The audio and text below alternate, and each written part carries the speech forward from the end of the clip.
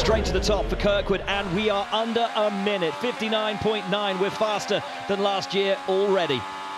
This will be interesting. How does Scotty Mack go? P3. Wow, full 4/10, almost 5/10 slower than Kyle Kirkwood. How about Will Power? Just a tick quicker, still not as fast as the Andretti driver. McLaughlin going faster once again. Power there or thereabouts on the cusp. Less than a minute remains. Wow. Eilert jumps up to second in the Prema. What a weekend he's having.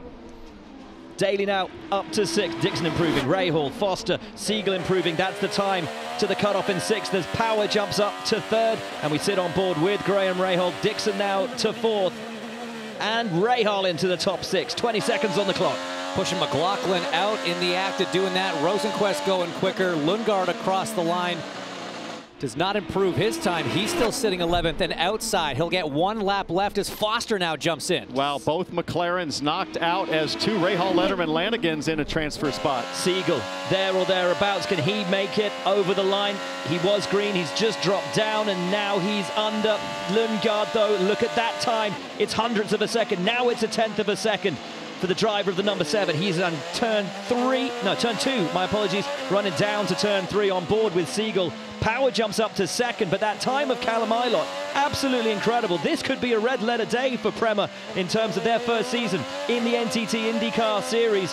What has Siegel got, and is it enough? He's a 10th, almost 2 tenths down. It won't be enough, and Lundgaard has dropped time as well.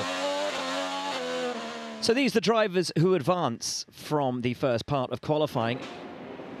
There is the driver of the 21, Christian Rasmussen. We're taking a little look. And a front right lockup coming down to turn 8. And is he in the wall? Oh, the slightest of brushes on the exit of the final corner. Touched it, but I think you get away with it there. He'll come across the line, and Alex Palou will, of course, go top. 1 minute flat point 271. Still a good chunk off the 59.9 that we saw out of Kirkwood in that first group. Interesting to see if on this second lap they can find any more lap time out of it. You can see he's just sort of flirting with the green there as Herta jumps up to the top. Only 1/100th faster.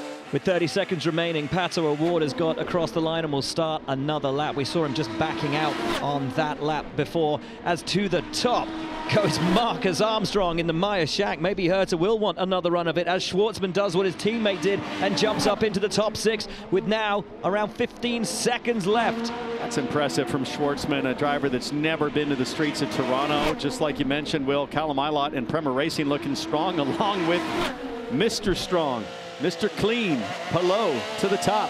Lil Dave up to 4th, Malukas, and now Simpson.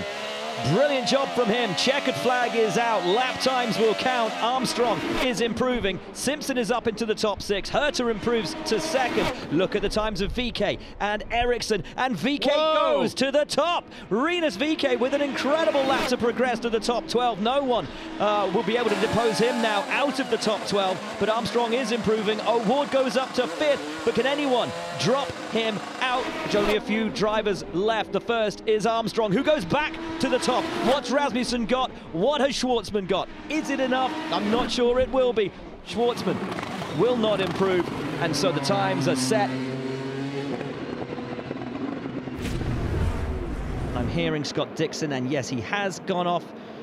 Lock up on the front right. A little bit of a flat spot there for Dixon. He's back on his way and just rounding through the final corner to... Well, he's 3 corners into his lap on the run down to turn 1. Palou just absolutely nailing the brake zones. PK to P3. Kirkwood takes it under a minute, just as he did in the first part of qualifying. That's your new target time. Will Power with the time to beat, though, to make it through into the fast 6. The checkered flag will be out in just a moment. Power crosses the line to go 2nd and take it under a minute. Look at the time of Rahal, though. The best of those at the bottom, except for that of Marcus Armstrong. Here he comes. 6/10 seemingly to the good. Armstrong over the line, takes it up to P4. Still lots of green to go. Colton Herta goes to P3. Foster and Rahal right on the bubble to bump Rinus VK. Eilert goes up 1 place. Ericsson seems to be down and out in P12. Foster has just dropped under. Now he's got back up across the wall. Louis Foster over the line. Is it enough to get into the top 6? It is. Now what has his teammate Graham Rahal got? We sit on board with him. He's got more. Way more. Rahal up to P4, and that puts his teammate Louis Foster out and down to 7th.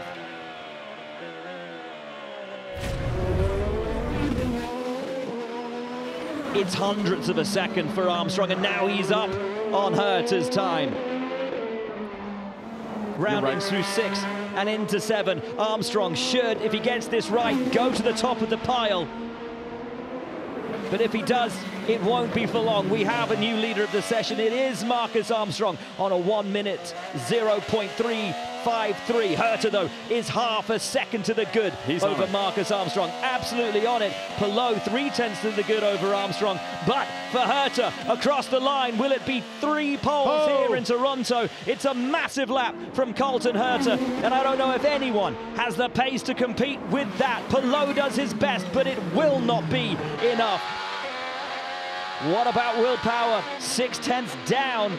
And where, oh where, is Kyle Kirkwood? I'll tell you, he's coming over the line now.